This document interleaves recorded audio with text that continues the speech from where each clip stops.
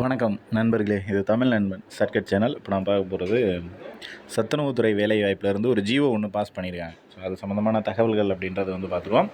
So ஜிஓவில் என்ன சொல்லியிருக்காங்க அப்படின்ற விஷயத்தை ஃபஸ்ட்டு பார்த்துருவோம். அதுக்கப்புறம் என்ன டீட்டெயில் அப்படின்றத நான் மென்ஷன் பண்ணுறேன். சமூக நலன் மற்றும் மகளிர் உரிமைத்துறை புரட்சித் தலைவர் எம்ஜிஆர் சத்துணவு திட்டம் 8997 சமையல் உதவியாளர் காலி பணியிடங்களை தொகுப்பூதியத்தின் அடிப்படையில் நிரப்புதல் ஆணை வெளியிடப்படுகிறது. சமூக நலன் மற்றும் மகளிர் உரிமைத்தொகை அது 4 டேட்லாம் போட்டிருக்காங்க. இது அரசாணை 3 கொடுத்துருக்காங்க பாருங்கள்.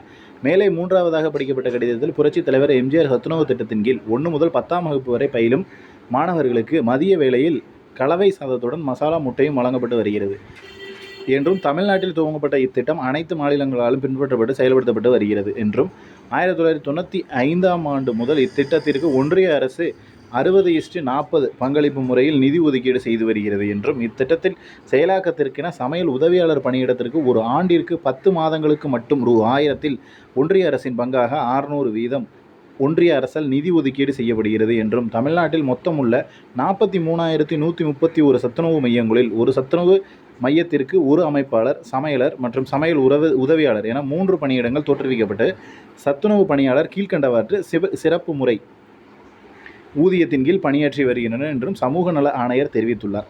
பதவி பார்த்தீங்கன்னா அமைப்பாளர், அது சமையலர் உதவியாளர், இதற்கு 3 பேர்த்துக்கும் ஊதியம் அப்படின்றது எவ்வளோன்னு கொடுத்துருக்காங்க, அதை பார்த்துங்க.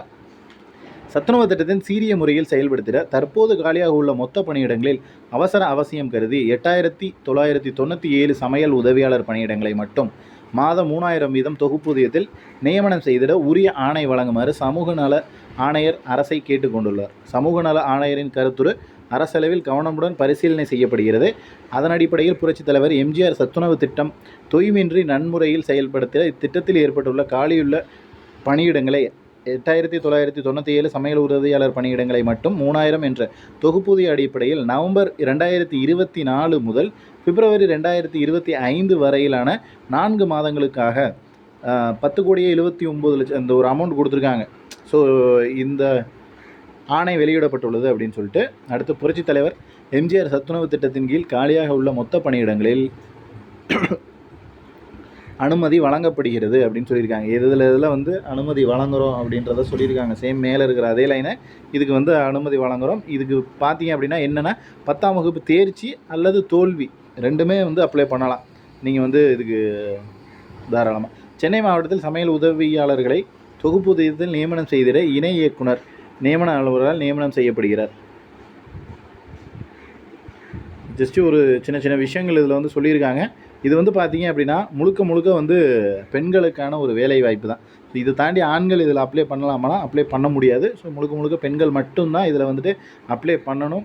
அப்ளை பண்ணுறதுக்கான இன்னும் நோட்டிஃபிகேஷன் அப்படின்றது அஃபிஷியலாக வெளியிடலை. பட் ஜிஓ பாஸ் பண்ணிட்டாங்க. ஸோ மேக்ஸிமம் உங்களுக்கு இந்த மாதத்தில் நோட்டிஃபிகேஷன் அப்படின்றது பப்ளிஷ் ஆகிடும்.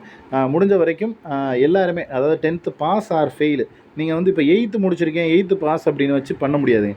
ஒன்று 10th பாஸ்னு சர்டிஃபிகேட் இருக்கணும், அல்லது 10th ஃபெயில்னு சர்டிஃபிகேட் இருக்கணும். 9th பாஸோ அல்லது 9th ஃபெயிலோ இருந்துச்சு அப்படின்னா அது செல்லுபடி ஆகாது. உங்களோட டிசியில் 10th தோல்வி அல்லது 10th பாஸ் அப்படின்னு இருக்கலாம், அல்லது அதற்கு மேலேயும் இருக்கலாம். டிகிரி படித்தவங்க அப்ளை பண்ணலாமானா தாராளமாக பண்ணலாம். 10ஆம் வகுப்பு அப்படிங்கிறது மினிமம் குவாலிஃபிகேஷன். அதுக்கு மேலே நீங்கள் எவ்வளோ படிச்சிருந்தாலும் அது உங்களுடைய தனிப்பட்டது.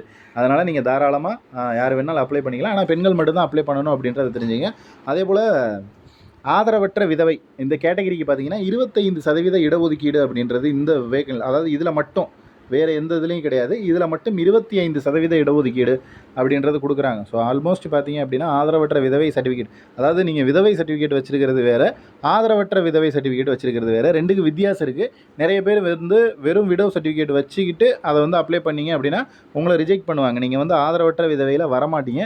ஸோ அதனால் ஆதரவற்ற விதவை சர்டிஃபிகேட் இருக்கிற நபர்கள் மட்டும்தான் இந்த 25%க்குள்ளே உள்ளே வர முடியும். ஸோ அப்படி மேபி யாராவது இருந்தீங்க அப்படின்னா கண்டிப்பாக இந்த வேலை உங்களுக்கு கிடைக்கிறதுக்கான வாய்ப்பு அப்படின்றது நிறைய இருக்குது. ஸோ நோட்டிஃபிகேஷன் வந்ததுக்கப்புறம் அதற்கான அப்ளிகேஷன் எப்படி போடுறது, என்ன ப்ரொசீஜர், என்ன மாதிரி இருக்க போகுது அப்படின்ற எல்லா டீட்டெயிலுமே சொல்லுவோம். மேக்ஸிமம் இதுக்கு தேர்வு அப்படின்றது நடைபெறாது. முழுக்க இன்டர்வியூ ப்ராசஸ் இதில் தான் போகும். ஸோ இன்டர்வியூ மட்டும் கண்டக்ட் பண்ணிவிட்டு அவங்க செலெக்ஷன் லிஸ்ட் ரெடி பண்ணுற மாதிரி தான் இருக்கும். ஸோ ஆல்மோஸ்ட் நோட்டிஃபிகேஷன் வந்துச்சுன்னா நமக்கு என்ன மாதிரி கொடுக்குறாங்க அப்படின்றது தெளிவாக தெரிய வரும்.